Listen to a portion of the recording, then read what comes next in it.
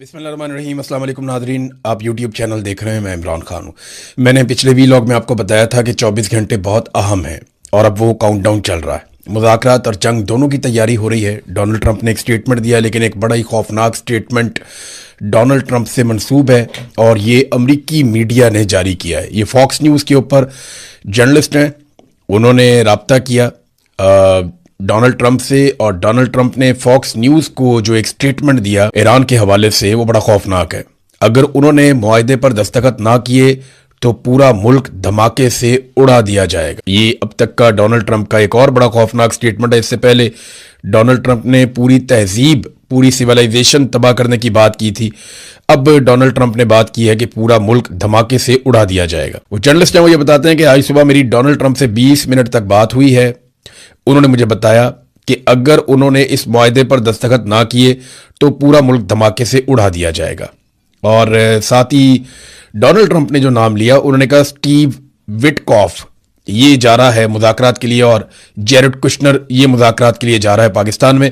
एक बात याद रखिएगा कि ये जो दोनों लोग हैं ये इसराइल के ज़्यादा करीब हैं, यानी इनकी अगर पॉलिसी को या इनके स्टेटमेंट्स को आप देखें तो वो इसराइल के साथ बहुत ज़्यादा मैच करते हैं।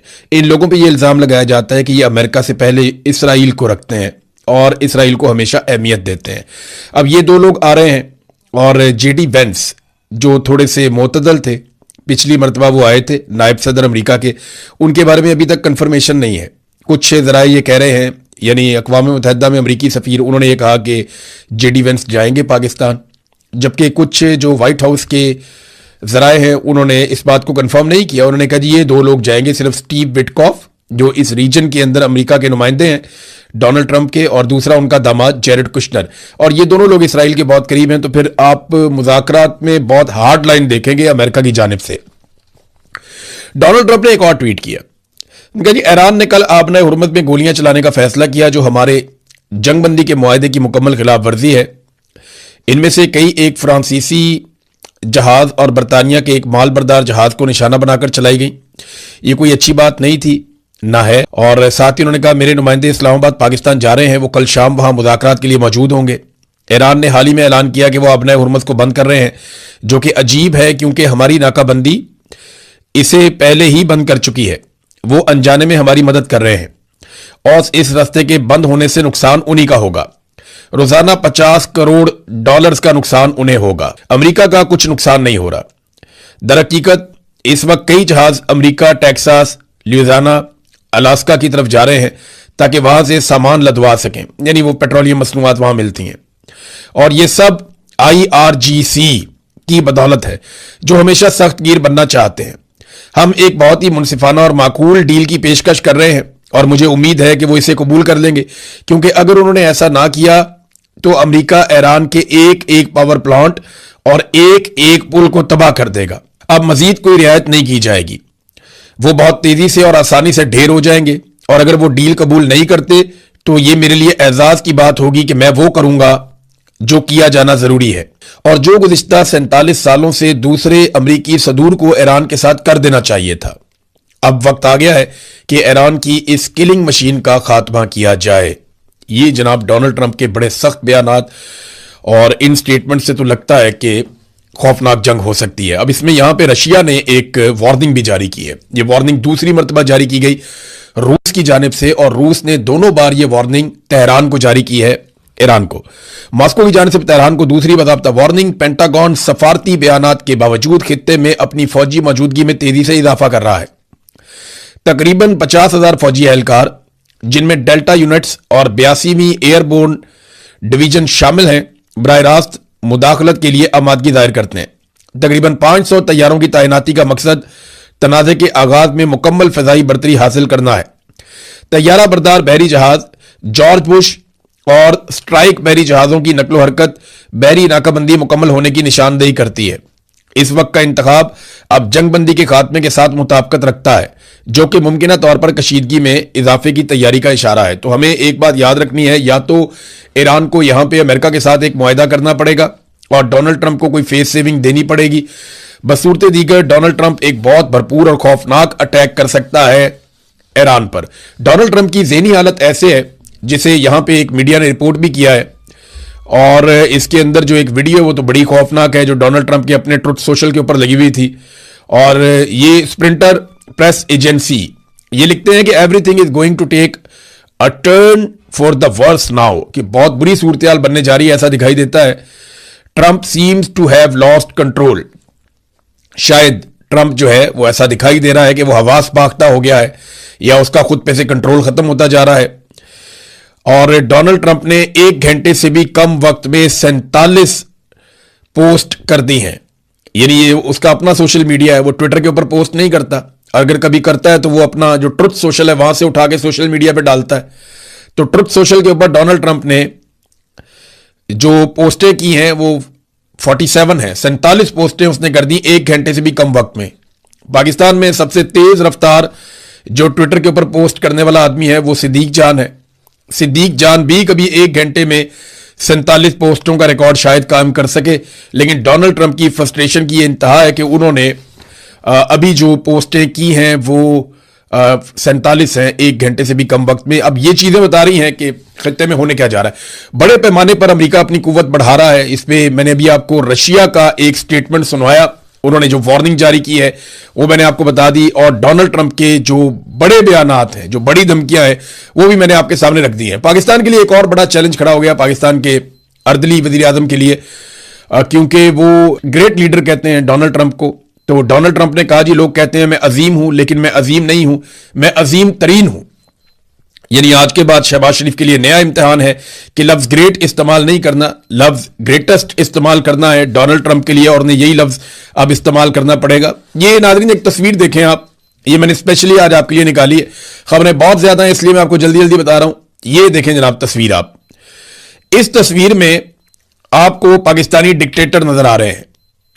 ये देखें जनरल जिया रेगन के साथ, अयूब खान कैनेडी के साथ, बड़ी मुस्कुराहटें, बड़ी खुशियां, चेहरे तमतमा रहे हैं। मुशर्रफ बुश के साथ, याया जो है वो निक्सन के साथ, और आसिम मुनीर ट्रंप के साथ। अब आप गौर करें कि ये जितने भी पाकिस्तानी मिलिट्री सरबराहान हैं, इनको अमेरिका इतनी अहमियत क्यों देता है, और ये सारे टिश्यू पेपर की तरह इस्तेमाल हुए। बाद में इन्होंने पूछा भी नहीं, कभी अमेरिकन इनकी कब्रों पे भी नहीं आए, कभी अमेरिकन इनका बाद में पूछने नहीं आए, इनके खानदान को पूछने नहीं आए।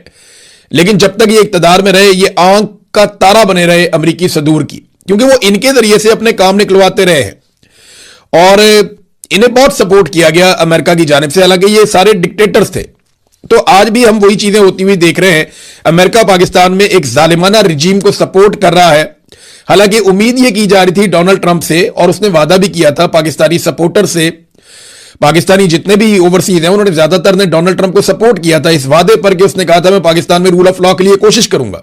लेकिन डोनाल्ड ट्रंप ने जिन लोगों ने रूल ऑफ लॉ की धज्जियां उड़ाई उनके साथ एक नेक्सस बना लिया। अब सूरत हाल बिल्कुल मुख्तलिफ है। एक और चीज नाज़रीन, जहां अब अमेरिका अपनी खित्ते में कुव्वत बढ़ा रहा है ना, अमेरिका को एक और आदत है कि वो शो ऑफ करता है। अमेरिका बताता है कि ये उसकी कुव्वत है, इसके जरिए से वो दुश्मन के ऊपर रोब डालता है, वो धाक बैठाता है दुश्मन के ऊपर। वहीं जो है वो ईरान ने भी एक स्टेटमेंट जारी किया है।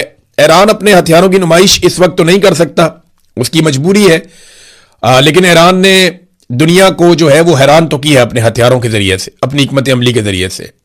इस वक्त ईरान ये रिस्क नहीं ले सकता कि वो अपने हथियारों को सामने लाए और इस तरीके से वो नुमाइश करे जैसे अमेरिका अपने हथियारों को पूरे रीजन के अंदर फैला रहा है। ऐसे वो भी नहीं कर सकते, क्योंकि पाकिस्तान तहरीके इंसाफ के पास एक ही जगह पे ताकत है और वही अवामी मैंडेट की हुकूमत है, खैबर पख्तूनख्वा हुकूमत। वजीर आला सुहेल अफरीदी के ऊपर सारे टाउट एक साथ छोड़ दिए गए।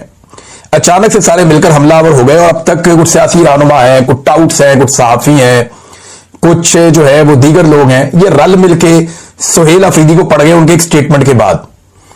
ये सारा कुछ क्यों हो रहा है मैं आपको वो हकीकत बताऊंगा जो आप सुनेंगे तो आपको समझ आएगी कि एक्चुअली बात यही है।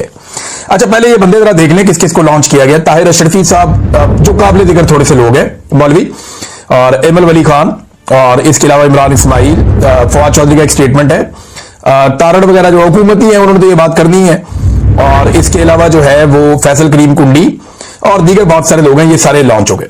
इन्हें कहा गया आप चढ़ जाओ सारे सुहेल अफरीदी के ऊपर, और बड़ा गुस्सा सुहेल अफरीदी पे इन्होंने किया। सुहेल अफरीदी ने ऐसा क्या कहा जिसको बुनियाद बना के सारे रल के उन्हें पड़ गए।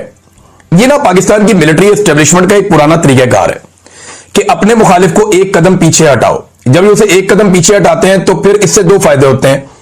एक तो एस्टेब्लिशमेंट का अपना एक कदम आगे आ जाता है, और दूसरा एस्टेब्लिशमेंट अपने मुखालिफ को पीछे हटने की आदत डालना शुरू कर देती है कि अब तुमने पीछे हटना है। तो पहला कदम जिसने पीछे हटा लिया उसका बेड़ा गर्क हो गया। यह पाकिस्तान की एस्टेब्लिशमेंट का तरीका वारदात है। अब इसमें सुहेल अफरीदी काफी अरसे से इनके काबू नहीं आ रहा, और यह शख्स जानता है कि दुखती रग कहां पे है, मुझे किस जगह पे हिट करना है। यह शख्स इतना जानता है। देखिए 5 मरतबा यह बंदा गया अपने लीडर को मिलने के लिए अडयाला जेल में, क्योंकि मैंडेट उसका है।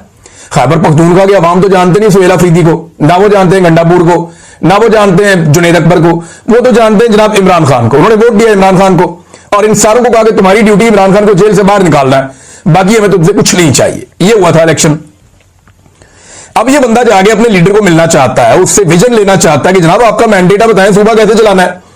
5 मरतबा वो आदमी अपने सूबे से निकलता है, अदालती अहकामात साथ लेता है, खुले अदालती अहकामात के बावजूद उस शख्स की उसके लीडर से मुलाकात नहीं करवाई जाती, बल्कि एक एसएचओ लेवल का आदमी उसे वहां पर रोक लेता है और रोक के उसको हर मरतबा बेइज्जत करके वापस भेज देते हैं।